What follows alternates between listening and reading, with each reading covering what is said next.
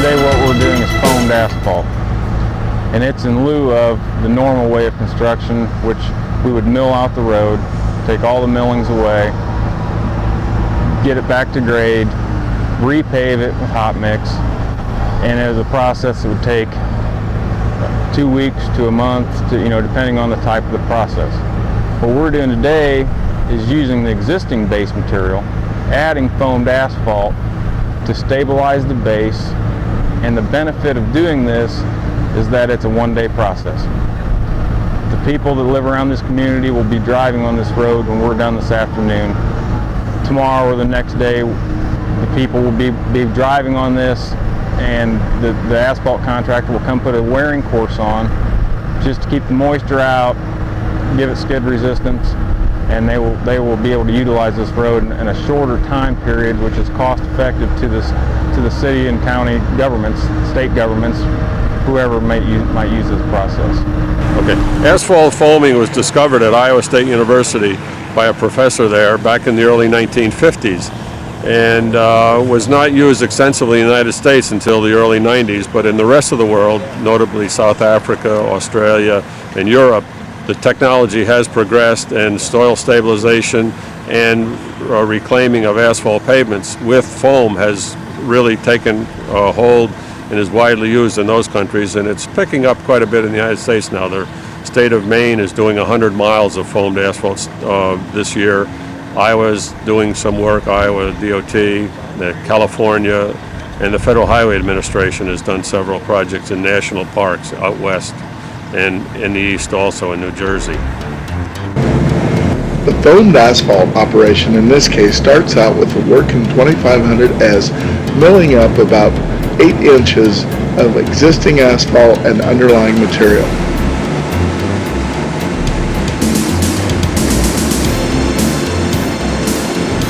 This so far is like any other milling operation, except for the fact that there's no trucking. No trucking of the millings to somewhere else. The millings are left in place to be foamed and reclaimed, saving thousands of dollars in trucking costs and hundreds of dollars in cleanup. Right behind the reclaiming machine is the sheep's foot roller, compacting the millings.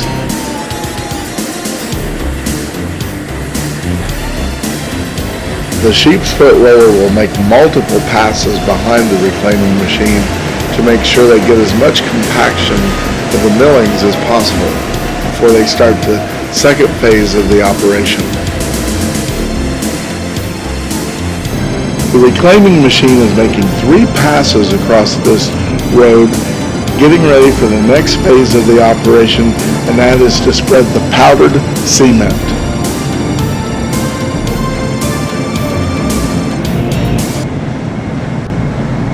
I'm Steve Moore with the Schneider Corporation. We're a consultant for the town of Avon. We've decided that we wanted to help the town rehabilitate a lot of its infrastructure. And one of the items that we wanted to work on were the roads. The character of the roads have changed over the years, where before they were rural in nature, and now they're becoming more urban. We're developing subdivision, as you can see around us, in areas where there were formerly farm fields. The additional traffic is putting undue stress, undesigned stress on the roads, and they're starting to fail. And what we want to do is we want to give them a higher structural value. And so we're going to grind up the road, and we're going to add modifiers to it, and that's unique to each stretch of road based on what's there existing. We're going to then roll the road, grade it, and then we're going to have to do a wedging and leveling for rideability, and then we'll add a surface course to it. What this will do for us is give us new life for this road, in lieu of having to tear it out and put it back via conventional methods. The conventional methods would take 2 to 3 weeks for this half-mile stretch to complete versus the 1 to 2 days that this is going to take. Also, the cost is a major consideration. We're going to do this half-mile stretch for about 1/3 the cost of conventional methods. So for the town, it's a way to inconvenience the traveling public as little as possible for a short period of time, and also going to be able to save a lot of the town's budget. We've investigated this process for a little while, and then by chance we happened to meet with Specialties at Purdue's Road School. We were presenting there, and we saw that they had a booth. Spoke with the representatives and determined that this was exactly the process that we had been researching for the last couple of years. We met with Specialties and determined that we had projects that met their requirements and that their process met ours as well. So we developed the project based on some testing, determining that and confirming that this was in fact a process that would work for our particular stretch of road. Here you can see a transport truck filling up one of Specialty's spreading trucks. It is being filled with a powdered cement that will be spread over the millings before the foamed asphalt procedure starts.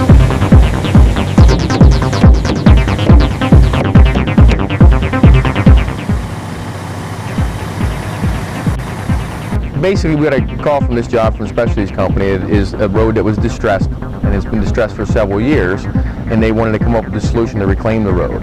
And they chose to do full depth reclamation using foamed asphalt. And what the plan was for this road is to grind the asphalt with the base, inject it with foamed asphalt, and also the addition of about 1.5% Portland cement, basically to keep the moisture susceptibility of the material low. So when it comes springtime, we want to strengthen that mat to come together. So today they've pre-pulverized the road first and compacted it with a large vibratory sheep's foot roller. And basically we're going to start foaming about 8:30. We'll spread the cement down first. It's about 12.6 pounds based on the weight of the material. Spread the cement down first, then we'll inject it with foam. Water will be added to basically the reclaimer on this job to get our moisture to about 90% of optimum is what we're shooting for this project. And that'll be based on some field conditions.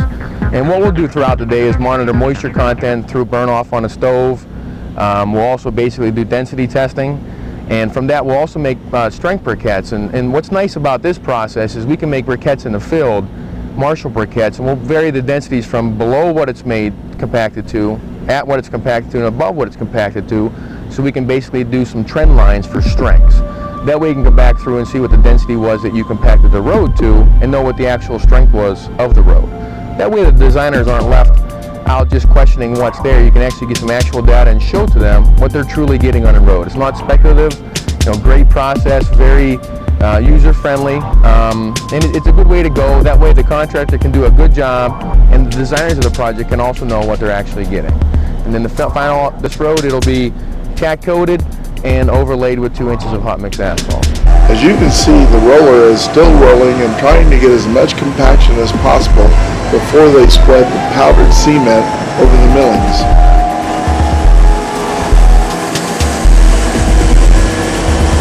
The spreading truck is now putting down the powdered cement that will cover the whole stretch of road that has been pulverized. Once the powdered cement is mixed with the foamed asphalt and water, it will make a very durable base.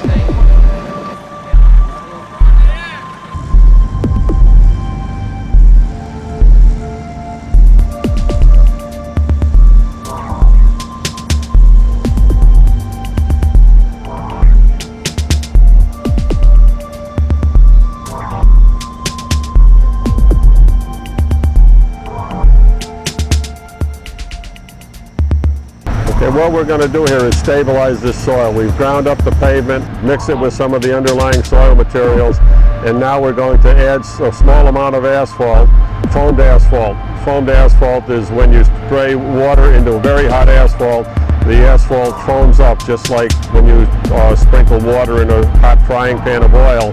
The oil will bubble, the asphalt bubbles too and expands in volume. What that does, it allows the asphalt to coat all the aggregate particles. Now this particular road is missing some of the material that you need to make a good mix, so we're adding cement. That'll give it some strength, it'll give it some fine material for the asphalt to hold the mix together. And we're adding approximately 3% asphalt, or 2% asphalt and 1.5% cement to this material. And that will give it a base, and then they're going to put a surface over On the that. side of the machine is a test valve, and they can turn this test valve and get some of the foamed asphalt out to see how it's mixing. And they can look at it and make sure it's mixing right. So the asphalt truck is being pushed by the reclaiming machine, which will be doing the grinding and the mixing of the asphalt. We'll be grinding up the pavement and mixing asphalt with it. We're also adding some water to make for better compaction. The next machine is the Workton 2500S, which is a machine that will grind the pavement approximately 8 inches deep and mix the asphalt. And it's towing a water truck too. We're adding water so we'll get the good compaction.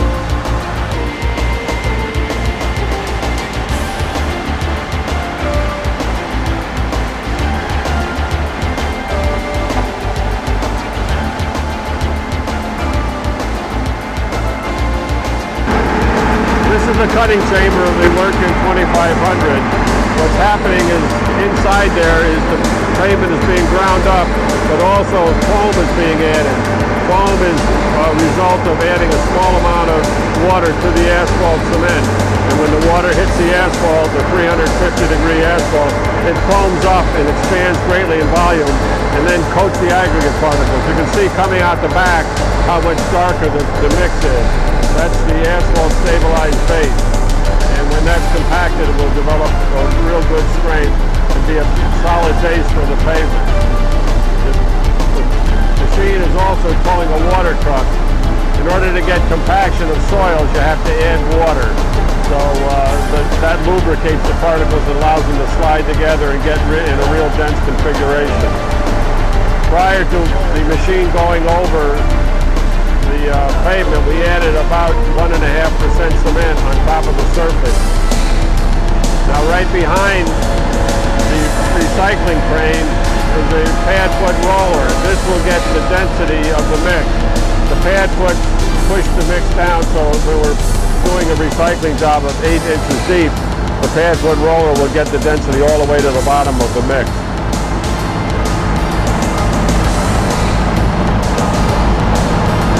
And it's a vibratory pad foot roller that will compact the mix.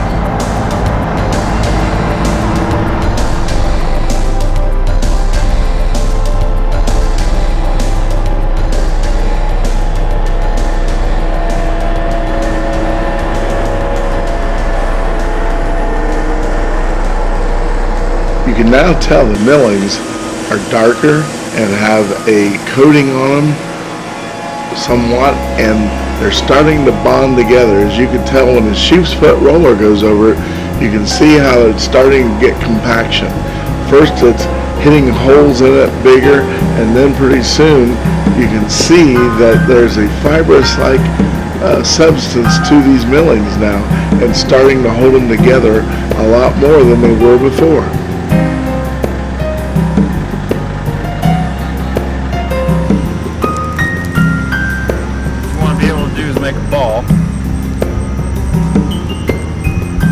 Alright, you want to be able to break it in roughly half. Then when you pull this apart, you're supposed to see there's little fibers in there where the egg and everything's tying together. It just gets stringy, that's what pulls it together. It's hard to see, but it's just like hair. It'll tie it all together. That's what makes your bond there.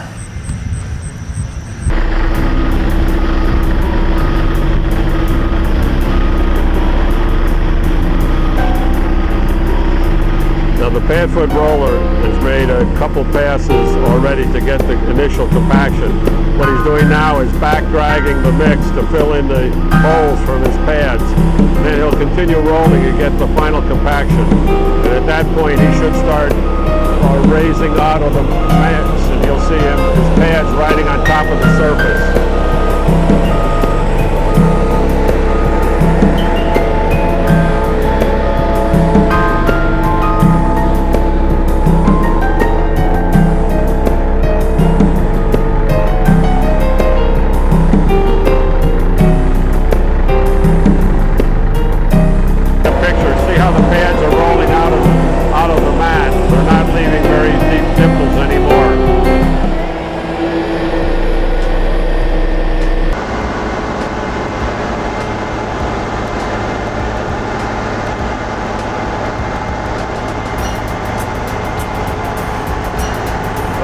coming out the back of the machine is a stabilized base.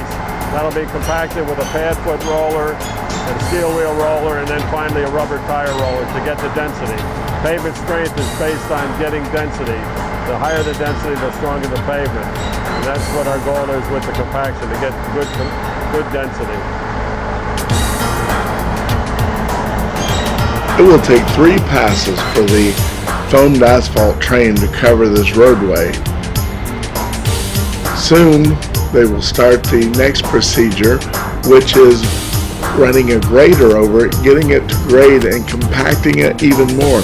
As they said, compaction is one of the key factors to this whole operation.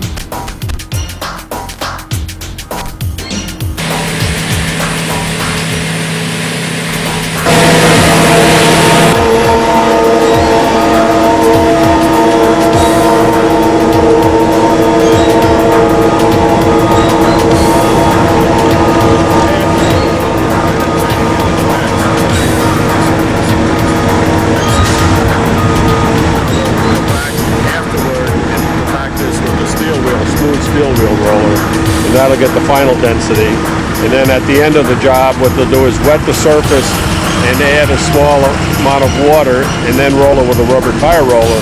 And the rubber tire roller will bring some fines to the surface and give a real tight, compact surface that traffic can travel on for a week or so before they put the overlay down. Using a grader to smooth out the mix and bring it up to grade is the next part of the procedure. Also behind the grader you'll see a smooth drum vibratory roller to roll it even more to get compaction.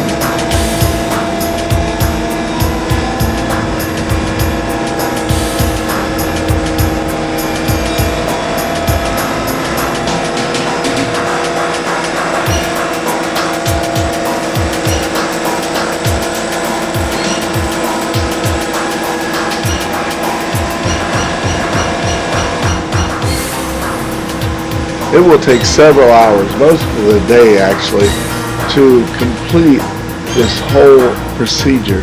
However, that is only a fraction of the time that it would take using conventional methods. Another good thing about this operation is the fact that unlike regular milling operations where they mill up the road, they haul it away with trucks, and they clean up and they have brooms going behind the milling machine. As you can notice here, there's hardly any dust. And people that live right here in the area where all this work is going on, I'm sure appreciates that. You don't see much dust in this operation, and there's a lot of wetting down of these millings again to get compaction. Rain is not a factor that hurts this procedure, because you're wetting down the mix and the millings as we mentioned before.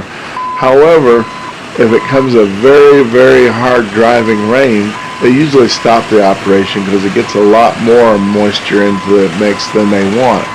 But a light rain or your average rain that comes along that's not a driving rain does not hurt this operation at all. You can continue through and get the work done.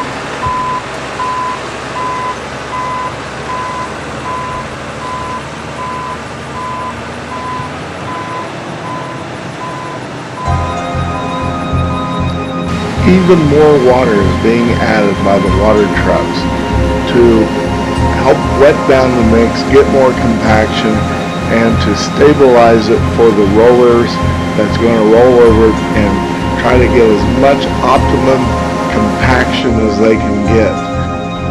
The testing engineer is guiding the truck to make sure he gets the right amount of water on the asphalt stabilized base. Too much water would be overcompensating and getting the mix too soggy. And not enough water may not get the amount of compaction he'd like to get. So the speed of the truck and the amount of water is very important.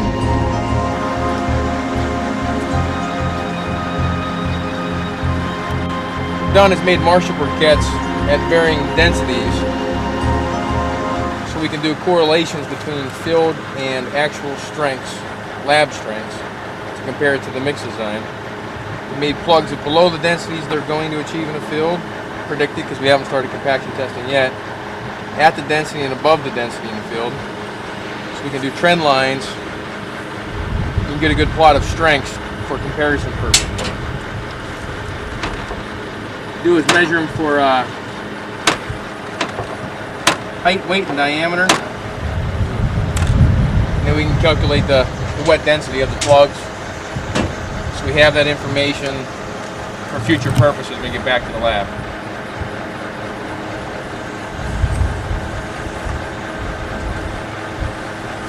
We'll be, once they start doing the final compaction rolling, we've done breakdown rolling with the pad foot right now. Once we do smooth drum rolling, that's when we'll start compaction testing. This information, as long as with the test strip, will be used for correlation purposes, plus also what information was gathered during the mix design process itself. So all of it's taken into account when you're doing field testing, because every job varies depending on how much asphalt, how much bitumen you're putting in, how much bitumen water, how much water for compaction, aggregates to composition.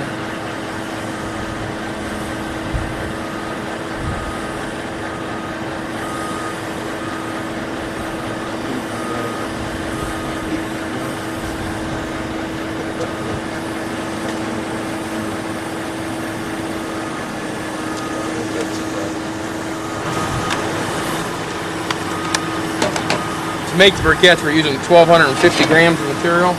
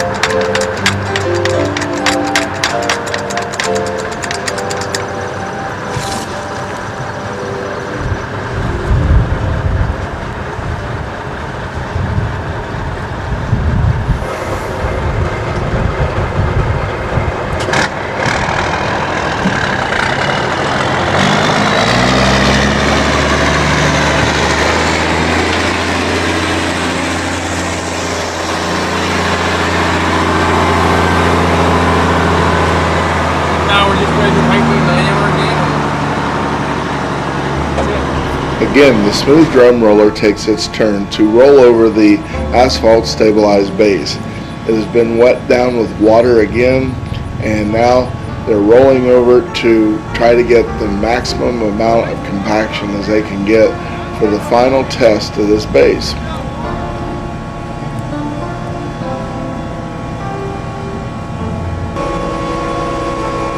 This roller is also using a vibratory system, which is giving a lot of vibrations per foot as it goes across the mat. It's literally compacting the asphalt stabilized base from the bottom up.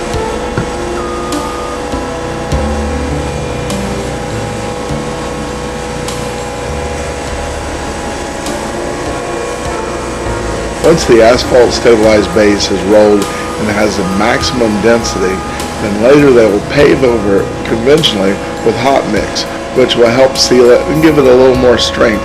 This road should last years and years under heavy traffic.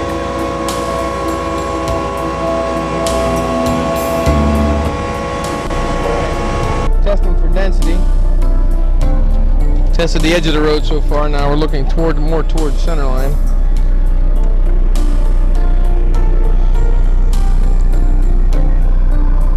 Third test.